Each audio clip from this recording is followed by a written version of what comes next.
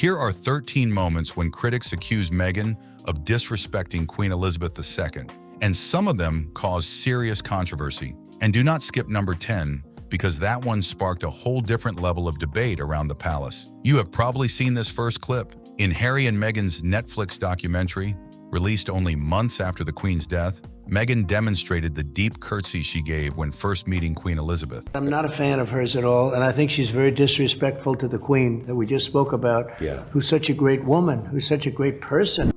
She exaggerated the movement while laughing, and Harry sat beside her, looking noticeably uncomfortable. Critics immediately saw the scene as Meghan mocking a tradition closely connected with showing respect to the monarch. Others argued she was simply making fun of how unfamiliar and theatrical royal protocol initially felt to her. Either way, the clip blew up fast. Harry had grown up around these customs his entire life, so viewers paid close attention to his reaction. Some commentators even portrayed him as increasingly influenced by Meghan, although claims that he had somehow been brainwashed are opinions rather than established facts. What viewers actually saw was a seriously awkward moment that became another flashpoint in the couple's already tense relationship with the royal institution. Then came the name Lilibet. Queen Elizabeth had countless royal possessions around her, but many technically belonged to the crown rather than to her personally. Lilibet, however, was deeply personal. It came from her childhood difficulty pronouncing Elizabeth and became an affectionate family nickname used by people especially close to her,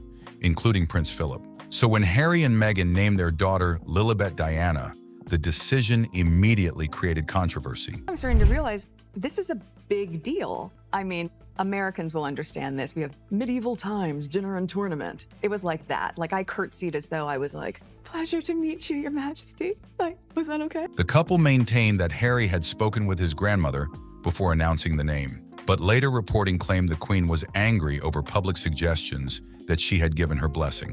According to one reported account, she told aides, "The one thing I own is my name, and now they have taken that too." That claim remains based on reporting about private palace conversations, but it shows just how sensitive the issue became. The drama did not stop there. Questions also emerged around the Sussex brand, commercial activity, and how royal connections could be used after stepping away from official duties. Online rumors sometimes went further, including claims involving trademarks, but those claims should not automatically be treated as proven fact. Then there is the HRH issue.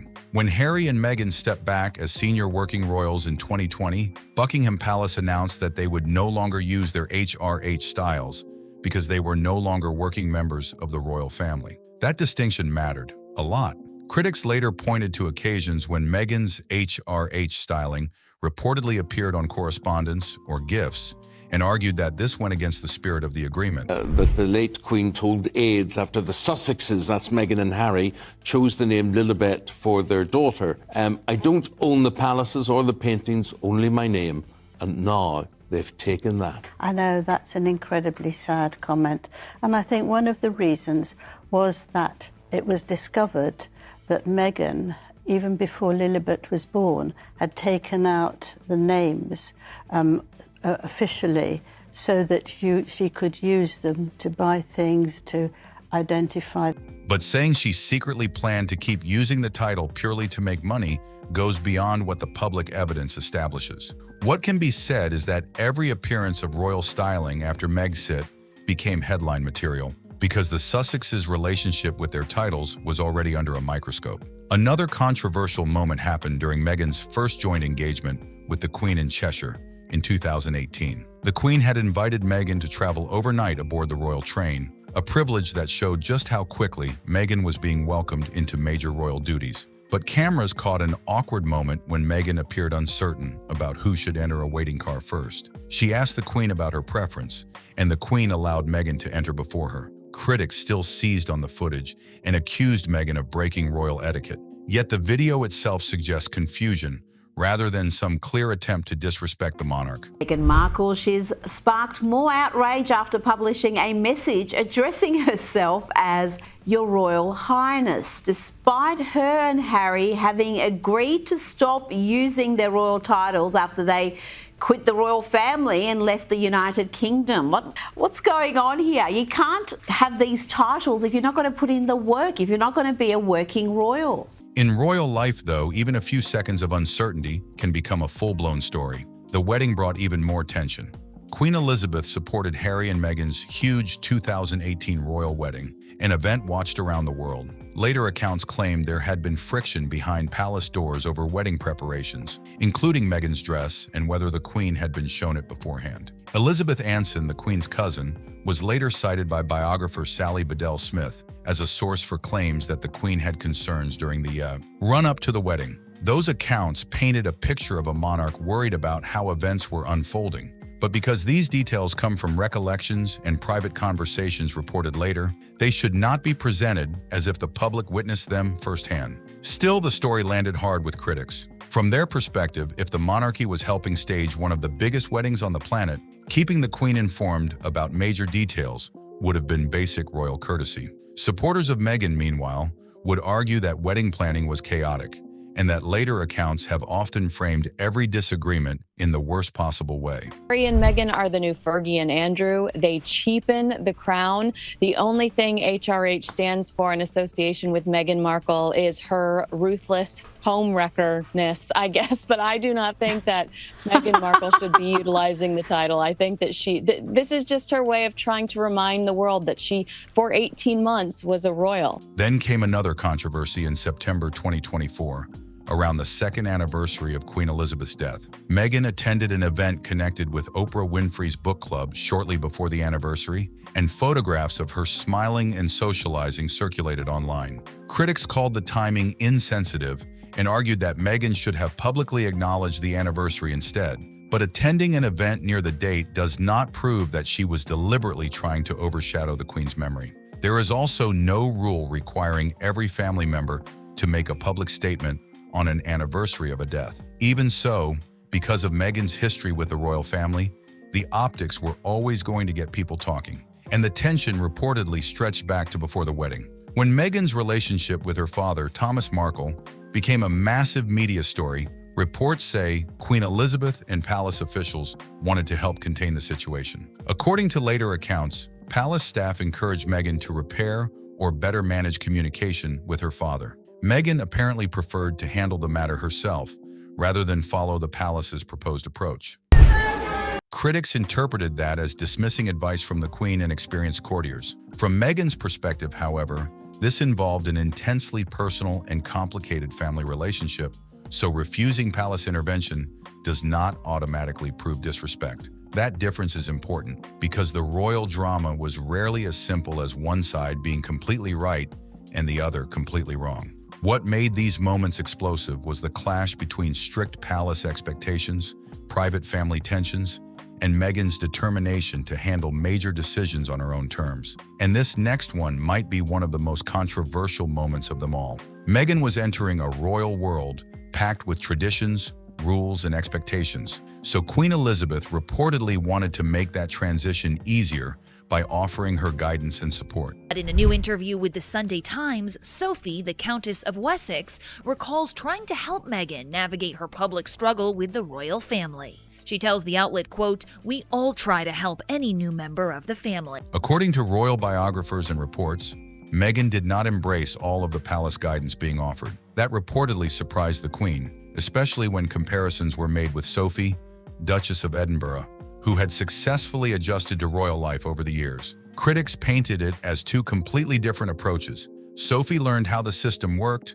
while Meghan wanted to do things her own way. Whether Meghan intended any disrespect is another question, but the reported tension was hard to ignore. Then came the announcement that changed everything: Megxit. In January 2020, Harry and Meghan publicly announced that they intended to step back as senior members of the royal family and work toward becoming financially independent. Reports at the time suggested senior royals had not expected the announcement to go public when it did. The palace quickly responded by saying discussions were still at an early stage, making it obvious that everything had not yet been settled behind closed doors. For a queen who valued discretion and careful planning, the sudden public announcement reportedly caused disappointment and concern. That led to the famous Sandringham Summit. Queen Elizabeth brought together Charles, William, and Harry to discuss exactly what Harry and Meghan's future would look like. This was not some casual family chat. It was a major royal crisis happening behind palace doors. Meghan was in Canada at the time, and reports initially suggested she might participate by phone. I know I haven't always gotten it right, but as far as this goes,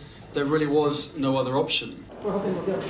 They both lose their official links to the Queen's Commonwealth Trust and the Association of Commonwealth Universities. Meghan will no longer be patron of the Royal National Theatre. However, palace sources later indicated that she ultimately did not join the meeting remotely. So claims that Meghan simply refused the Queen's invitation or casually phoned it in should be treated carefully. Still, critics saw her absence as another sign that the Sussexes had already mentally checked out of royal life. Christmas created another storm. Queen Elizabeth famously cherished the royal family's traditional Christmas gathering at Sandringham. Yet in 2019, Harry and Meghan skipped the celebration and instead spent the holiday period privately in Canada with their son Archie. Buckingham Palace publicly said the couple had the Queen's support for the decision. Even so, their absence immediately raised eyebrows. Critics viewed skipping Sandringham as another example of Harry and Meghan distancing themselves from royal tradition, while supporters pointed out that royal family members have occasionally spent Christmas elsewhere. The optics, though, were impossible to escape. The Queen was getting older, family Christmas gatherings were precious, and Harry and Meghan were already under intense scrutiny. Their decision became another piece of evidence for people who believed the couple wanted freedom from palace expectations more than they wanted to follow royal customs. Then there was Princess Eugenie's wedding to Jack Brooksbank. After the ceremony at St. George's Chapel, Queen Elizabeth and other members of the royal family gathered outside as the newlyweds prepared to leave. Footage from the event later became the subject of online theories, claiming Harry and Meghan were standing too close to the Queen and had to be told to move further down the line. Some viewers interpreted their movements and expressions as evidence that the Queen repeatedly instructed them to change position. But this is where the internet can turn a few seconds of body language into a whole movie. There is no clear public audio establishing exactly what the Queen said, and claims that she ordered them to move 3 separate times should not be stated as confirmed fact. What the footage does show is Harry and Meghan repositioning themselves during an already heavily photographed royal moment.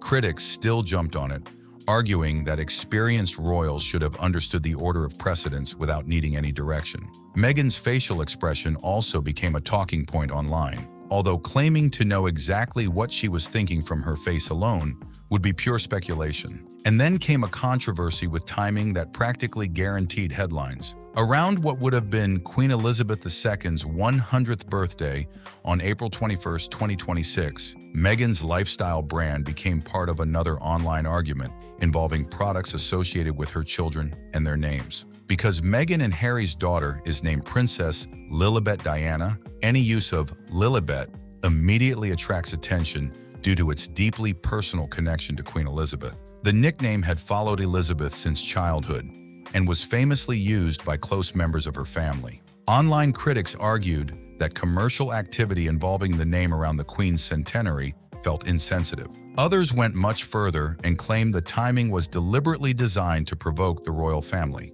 But there is no solid public evidence proving Meghan intentionally scheduled business activity as an attack on the late Queen. And some of the reactions online got seriously heated.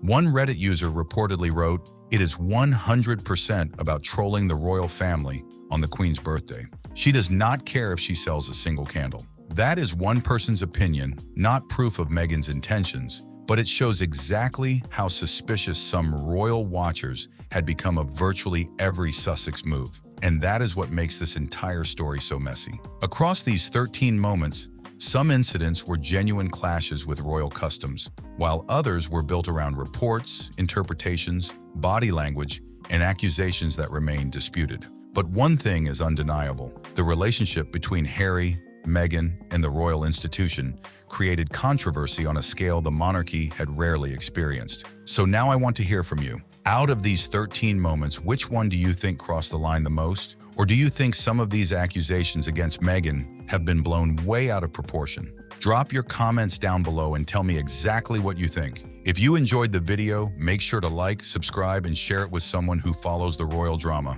Thanks for watching, and see you on the next one.